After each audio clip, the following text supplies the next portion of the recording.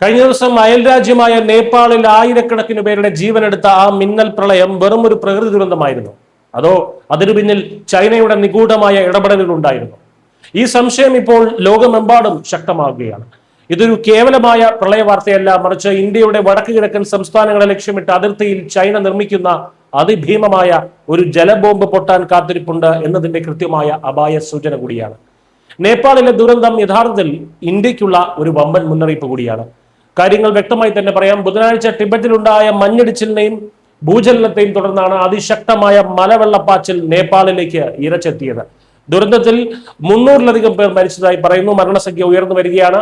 ഇന്ത്യക്കാരായ കൈലാസ മാനസ സരോവർ തീർത്ഥാടകർ ഉൾപ്പെടെ 750-ലധികം പേരെ കാണാതായി. എന്നാൽ ഇതിൽ ഏറ്റവും ഞെട്ടിക്കുന്ന വസ്തുത അതല്ല, ഇത്രയും വലിയൊരു മലവെള്ളപ്പാച്ചിൽ വരുന്നത് അറിഞ്ഞിട്ടും ചൈന നേപ്പാളിന് യാതൊരുവിധ മുന്നറിയിപ്പും നൽകിയില്ല എന്നതാണ്. അയൽ രാജ്യങ്ങളുടെ ജീവന് ചൈന പുല്ലുവില പോലും കൽപ്പിക്കുന്നില്ല എന്നതിന്റെ ഏറ്റവും വലിയ തെളിവാണത്. ഇവിടെയാണ് ഇന്ത്യ ജാഗ്രത പാലിക്കേണ്ടത്. അരുണാചൽ പ്രദേശ് അതിർത്തിക്ക് സമീപം ടിബറ്റിലെ മെഗോഡിൽ ചൈന നിർമ്മിക്കുന്ന ഭീമൻ അണക്കെട്ട് തന്നെയാണ് നമ്മുടെ ഏറ്റവും വലിയ ഭീഷണി. ബ്രഹ്മപുത്ര നദിയിലാണ് 60,000 മെഗാവാട്ട് ശേഷിയുള്ള ലോകത്തിലെ ഏറ്റവും വലിയ അണക്കെട്ട് ചൈന പണിയുന്നത്. നിലവിലെ ഏറ്റവും വലിയ ഡാമായ ത്രീ ഗോർജസിനേക്കാളും 3 ഇരട്ടി വലിപ്പം. ഇതിലെ ഏറ്റവും വലിയ അപകടം ഒളിച്ചിരിക്കുന്നത് ഇതിന്റെ സ്ഥാനത്താണ്. ഇന്ത്യൻ ഫലകവും യുറേഷ്യൻ ഫലകവും കൂട്ടിയിടിക്കുന്ന അതിതീവ്ര ഭൂകമ്പ സാധ്യതയുള്ള ഹിമാലയൻ മേഖലയിലാണ് ചൈന ഈ ജലബോംബ് സ്ഥാപിച്ചിരിക്കുന്നത്. അണക്കെട്ടിന് താഴെ സജീവമായ ഒരു ഭൂകമ്പ ഭ്രംശരേഖയുണ്ടെന്ന് ചൈനീസ് ശാസ്ത്രജ്ഞർ തന്നെ സമ്മതിച്ചതാണ്. പക്ഷെ ഇവിടെ ഒരു തകർച്ചയുണ്ടായാൽ ഇന്ത്യയുടെ വടക്ക് കിഴക്കൻ സംസ്ഥാനങ്ങളും ബംഗ്ലാദേശും അക്ഷരാർത്ഥത്തിൽ വെള്ളത്തിനടിയിലാകും. ഇനി അണക്കെട്ട് തകർന്നില്ലെങ്കിലും ചൈനയുടെ ലക്ഷ്യം മറ്റൊന്നാണ്, ജലയുദ്ധം. നദിയുടെ മുകൾ ഭാഗം നിയന്ത്രിക്കുന്നതിലൂടെ താഴേക്കുള്ള വെള്ളത്തിന്റെ ഒഴുക്ക് അവർക്ക് എളുപ്പത്തിൽ നിയന്ത്രിക്കാനാകും.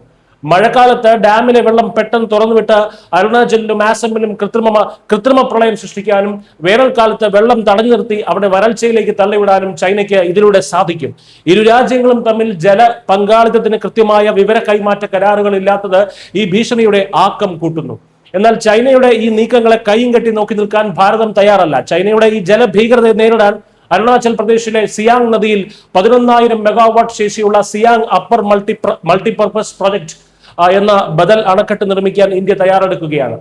ചൈന വെള്ളം തടഞ്ഞു നിർത്തിയാലും കുത്തിയൊഴുക്കി വിട്ടാലും ആ ജലപ്രവാഹത്തെ അതിജീവിച്ച് കൃത്യമായി നിയന്ത്രിക്കാൻ ഇന്ത്യയെ ഈ പ്രോജക്ട് സഹായിക്കും. നേപ്പാളിൽ കണ്ടത് വരാനിരിക്കുന്ന വലിയൊരു ദുരന്തത്തിന്റെ വെറും ഒരു ട്രെയിലർ മാത്രമാണ്. ചൈനയുടെ ജലയുദ്ധം ഒരു യാഥാർത്ഥ്യമായി മാറുകയാണ്. അതിർത്തിയിലെ ഡ്രാഗണിന്റെ ഓരോ നീക്കങ്ങളും അതീവ ജാഗ്രതയോടെ നിരീക്ഷിച്ചില്ലെങ്കിൽ ഭാവിയിൽ നമ്മൾ കൊടുക്കേണ്ടി വരുന്ന വില വളരെ വലുതായിരിക്കും. News desk